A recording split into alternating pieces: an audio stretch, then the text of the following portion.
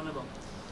Ya baik, terima kasih rekan-rekan media sudah hadir kesempatan kali ini. Ya, hari ini kita mendatangi Direktorat Tindak Pidana Ekonomi Khusus lantai 5 terkait dengan laporan dugaan peristiwa pidana, tindak pidana penipuan dan atau penggelapan untuk menguntungkan diri sendiri atau orang lain dengan maksud merugikan para korban, dalam ini robot trading ATG, yang mana kami mewakili dari 820 orang para korban robot trading ATG dengan kerugian mencapai 150 miliar rupiah.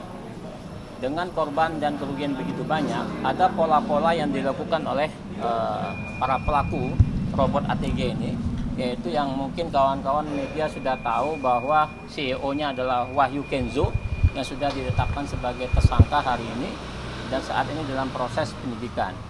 Nah, barang tentu hari ini kami mendatangi Bareskrim terkait dengan memperdalam ataupun terkait dengan dugaan tindak pidana TPPU-nya. Karena bagaimanapun juga kerugian korban adalah salah satu upaya dari kami untuk mengembalikan itu.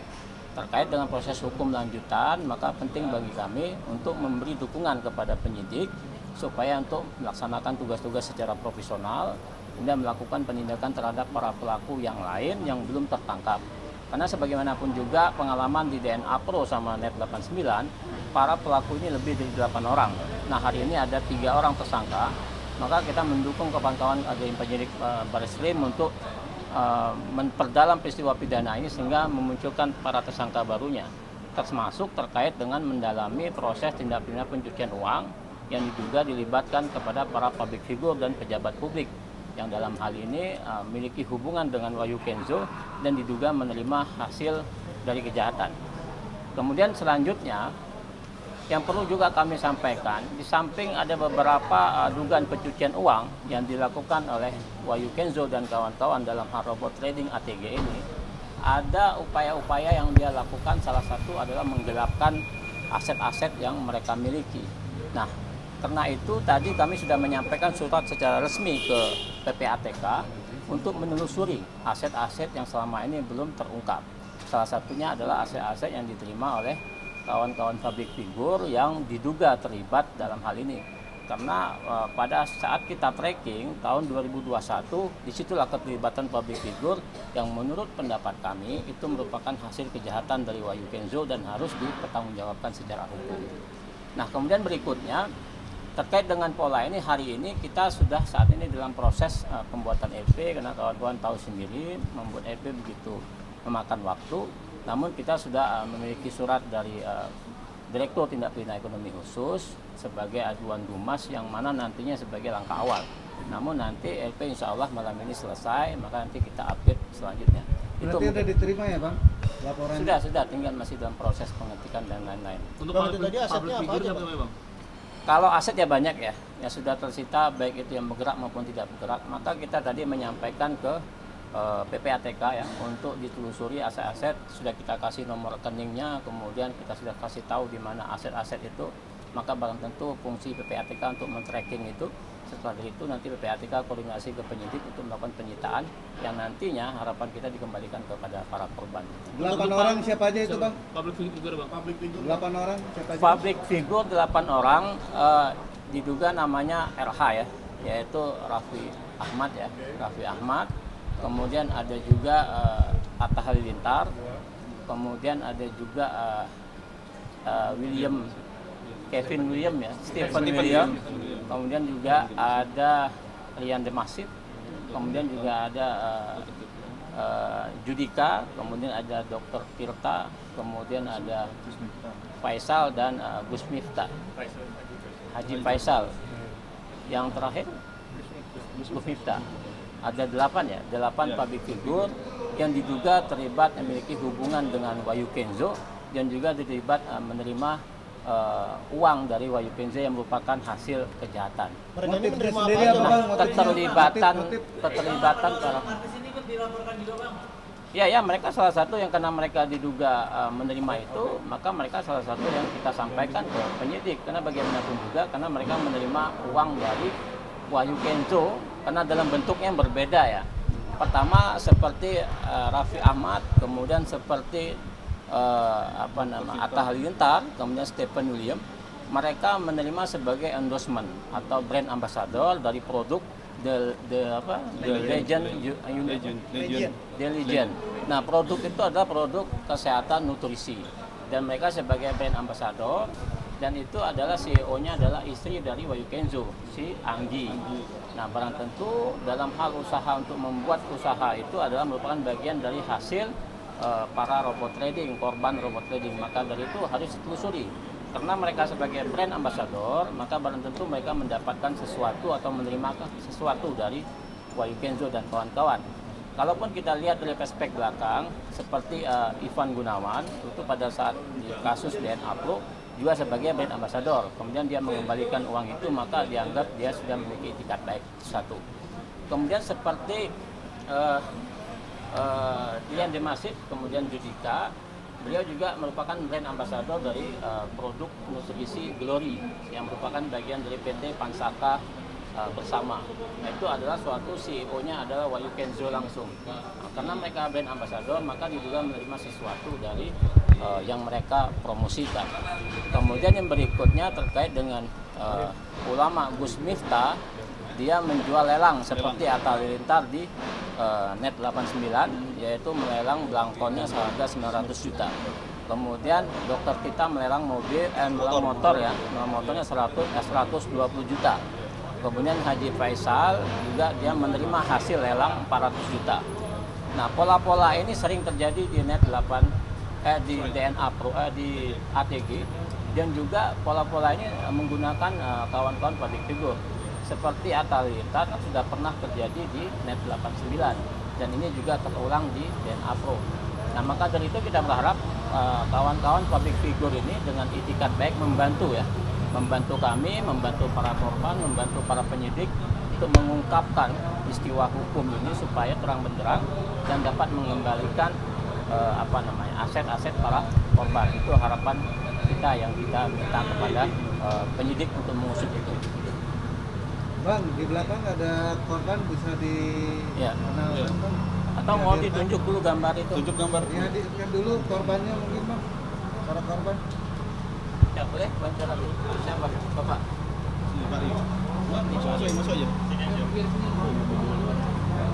Dampingin aja. Udah nggak apa-apa. Ya udah. Mungkin bisa dijelaskan.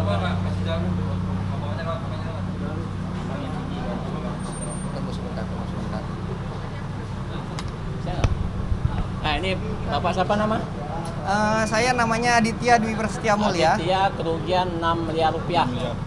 Coba Pak ceritakan gimana?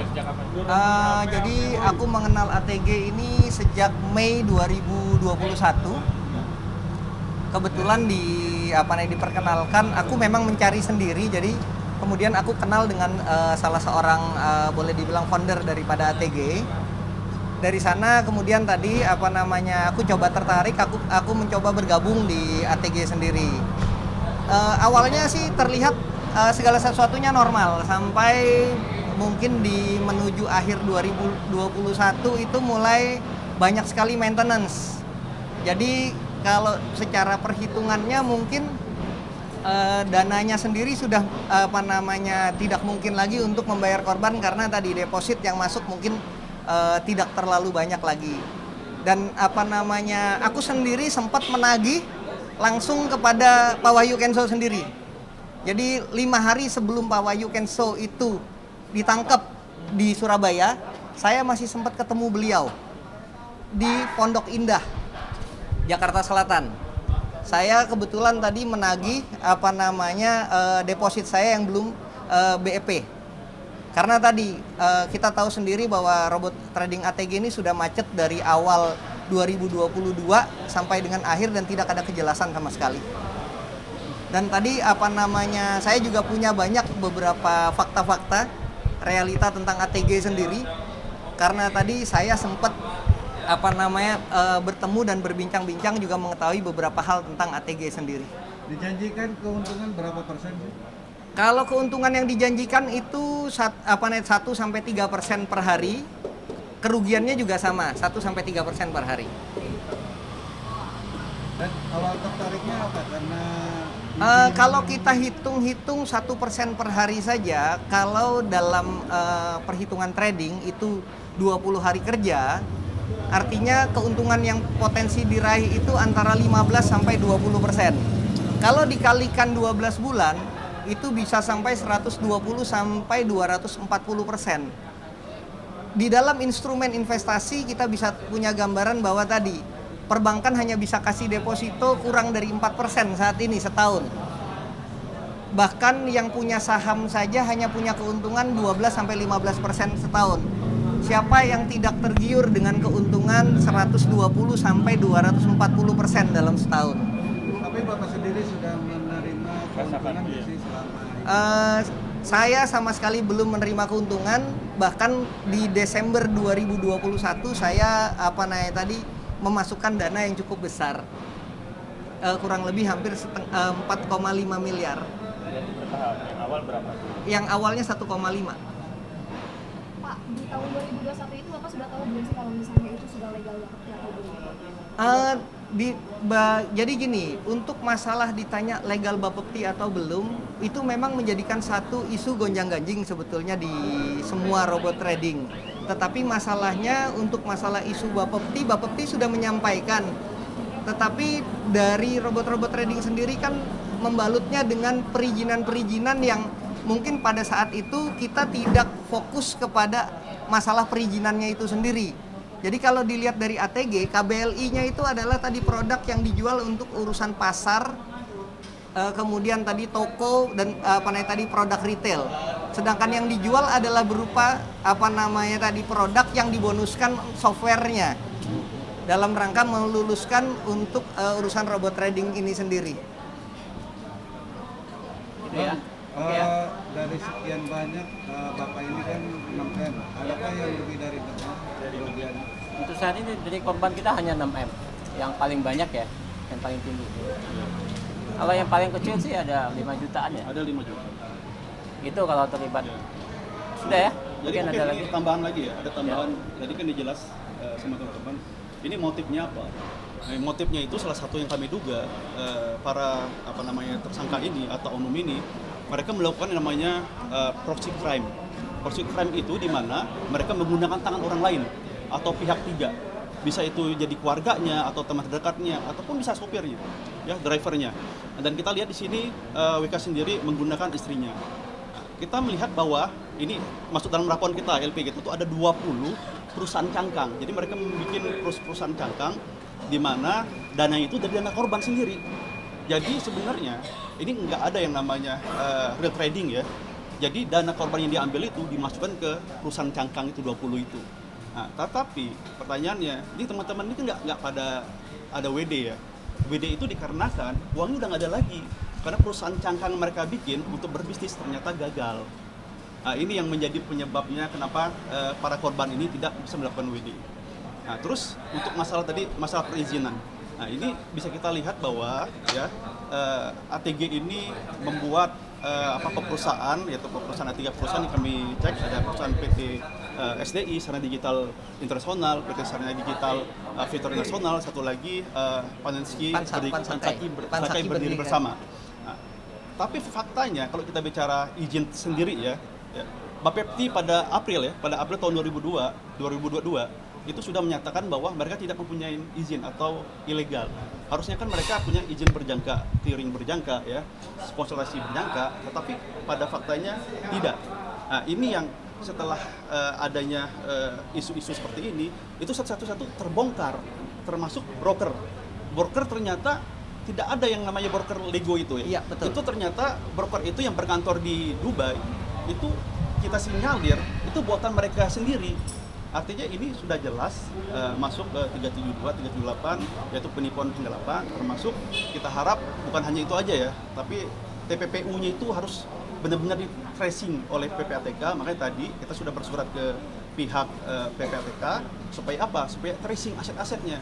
Karena kalau kita bicara aset ini ada di Polres Malang hanya 35 miliar, ini kayaknya sangat impossible ya. Dengan jumlah korban yang sangat luar biasa, tidak hanya ada di Indonesia, tetapi korban itu ada di luar negeri. saya dapat informasi di Prancis aja sekitar ada 3 juta miliar ya. 3 miliar 3 miliar US dollar. Bayangkan aja, kemarin juga kita melakukan Zoom tuh. Ya, sama dari Singapura ya, sama Malaysia.